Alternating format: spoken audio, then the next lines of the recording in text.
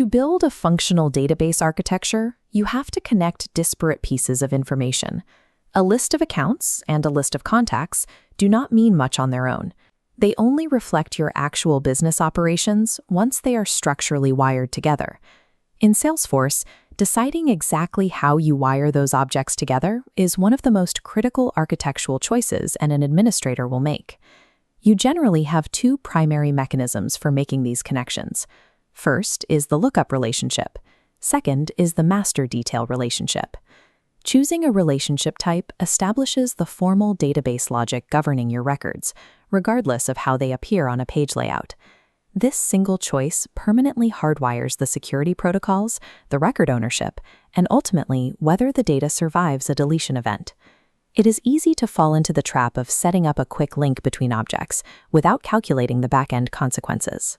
Every relationship setup forces a trade-off between two competing priorities: data independence and data automation.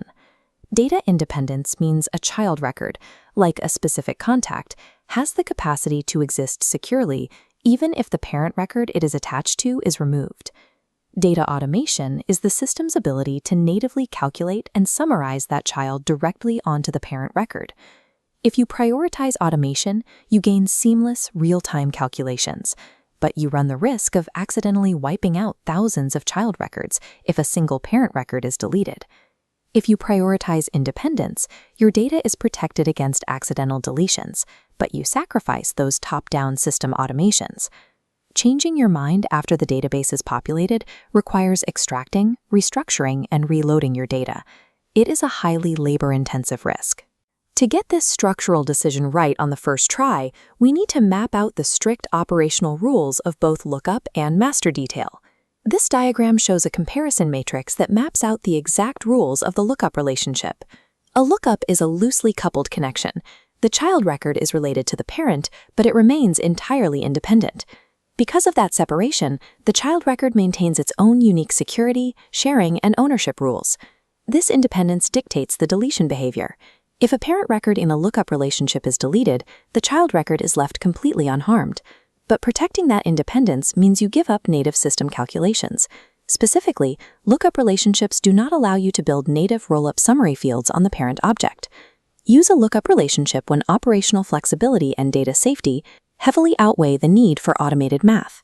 Now, looking back at our comparison matrix, we shift to the master detail relationship, which operates on the exact opposite end of the spectrum. Master detail is a tightly coupled link. The child record is completely subjugated by the parent record. The child loses all structural independence. It entirely inherits the ownership and sharing rules of the parent. The primary system reward for enforcing this strict hierarchy is calculation power. It natively unlocks roll-up summary fields on the parent object.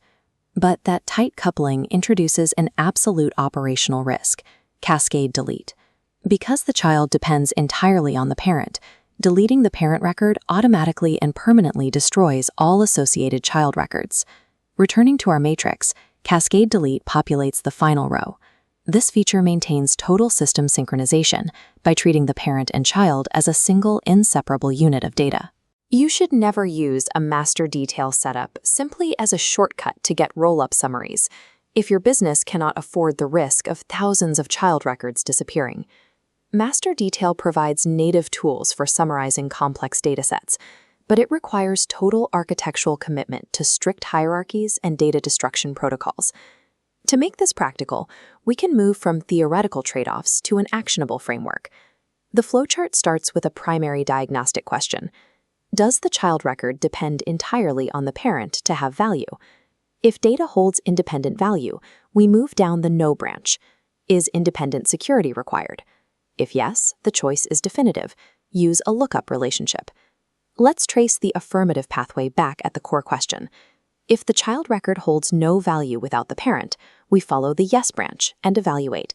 Is strong data aggregation needed? If necessary, the rigorous choice is use a master detail relationship. This decision tree eliminates guesswork, forcing you to align your system automation with actual business realities. Let's apply this framework to a common real-world scenario involving reference data. Looking at our flowchart, consider linking a contact object to a training course object. Deleting a discontinued training course should never result in the deletion of an employee's contact record. Independence is required, so a lookup is the only safe option. Now let's apply the framework to highly dependent transactional data. Going back to the master detail node, consider an invoice object linked to an invoice line item object. An invoice line item has absolutely no business value without the invoice it belongs to. Mastering Salesforce relationships requires ignoring user interface perks and basing your design strictly on the independence or dependence of the data itself.